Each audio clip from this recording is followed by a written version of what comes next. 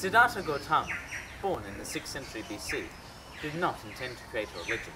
He and his followers, after encountering many hardships, took his teachings of the Four Noble Truths and the Eightfold Path, created the religion that we today know as Buddhism. There have been many schisms along the way, with the division between the Theravada and the Mahayana schools, with the Mahayana becoming a more liberal school of thought, while Theravada is a more conservative branch of Buddhism. But nothing has impacted Buddhism so much as Western commercialism. Buddhism arrived in Australia in the 1800s and has taken up like wildfire, with 500,000 Australians identifying as Buddhist and 100 million worldwide adherents. Buddhism is viewed as a less doctrinal religion than Christianity or Islam, and so is considered an easier to follow religion. But Buddhism really took off as a Western religion during the second half of the 20th century. Migrants fleeing traditional homes of Buddhism, such as China, Korea, and Vietnam, during the 1950s and 60s, went to the West, such as America or Australia, for safety. They arrived at a time when environmental concerns and the increasing prominence of office life made the informality and meditation aspects of Buddhism a welcome change.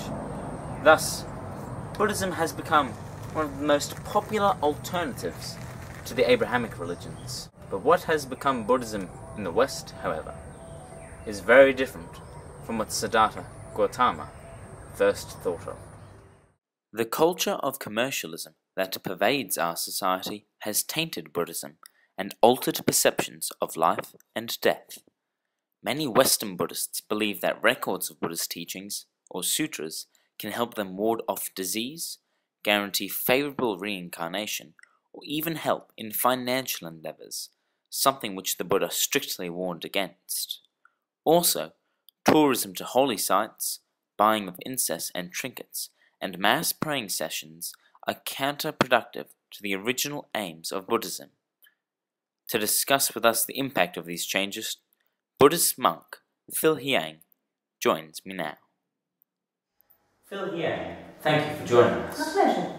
To cut to the chase, as a Buddhist, do you think Buddhism has become commercialized? Well, in the Theravada faith, monks are forbidden to handle money or even have plane tickets. You'd think, with such an aversion to material goods, commercialism couldn't be an issue. The issue is when some pervert the Pali Canon for profit. What do you think about people making a profit from Buddhism? Karma, which is the positive and negative actions in your life, builds up over time and can affect your life now or in your next rebirth. It is made of intent, action, and aftermath. If you have a malicious intent, you will build up negative karma and be reborn into a miserable life. To avoid this, when you make a profit, you need to have the right intent. And besides, Buddha teaches us that all is impermanent, and the money and comforts you have now will eventually mean nothing. On karma and death rites, what exactly happens when a Buddhist dies? The body is left for up to 49 days. Then the name of the person is written on paper and burnt, to let the consciousness know that it is dead. We touch the crown first and are very gentle with the body so as not to disturb the consciousness and scare it off before it is ready, which might disturb the cycle of rebirth. Phil Hiang, thanks for your time. An absolute pleasure. There you have it. All is impermanent, and nothing, apart from our karma, can determine our next life. This is known as the second noble truth.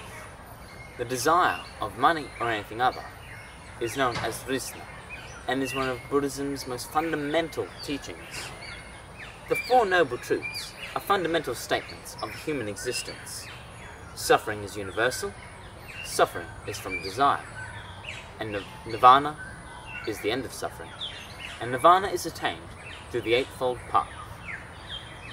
The Eightfold Path includes right actions, right intent, and right livelihood.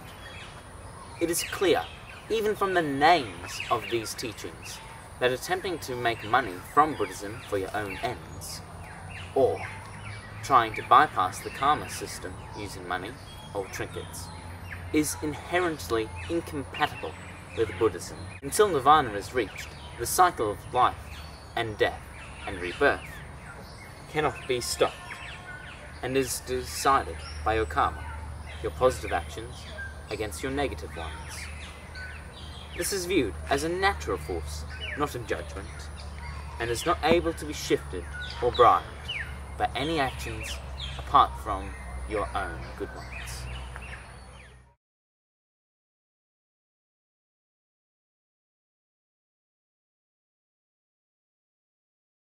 A sutra is a recording of the Buddha's teachings, and, while being read for the merit of their words, does no harm.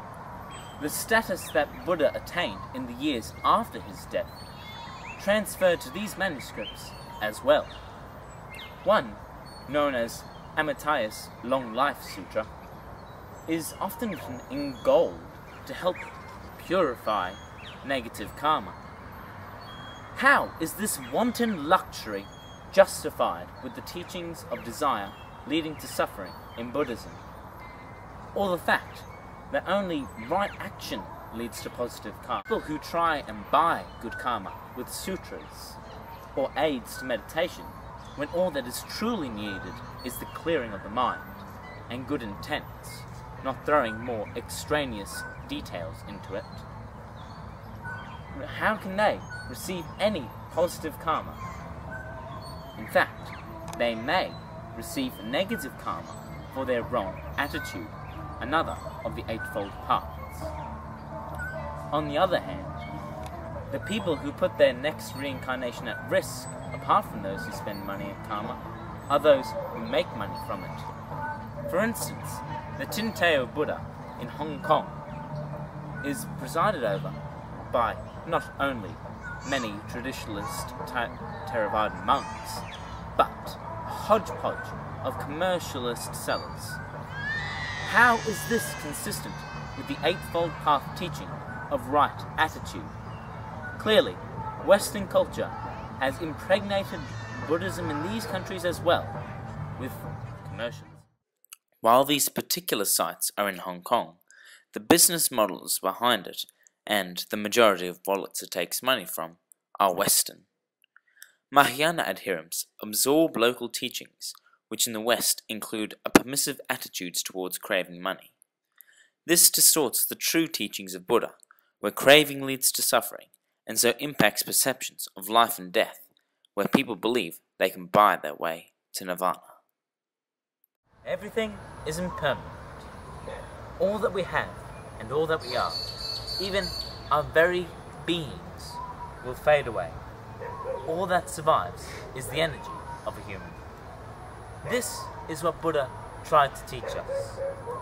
Until we can release our desires for the things that will pass away, life, money, possessions, we will not reach nirvana. The commercialism surrounding Western Buddhism, such as gold gilding prayers, trinkets, making profit from Buddhism, are the very antithesis of what Buddhism stands for, and are destined to lead to endless rebirths in the cycle of karma and suffering. To avoid the suffering, like Buddha, take what you need, not what you want. The way is not in the sky, it is in the heart.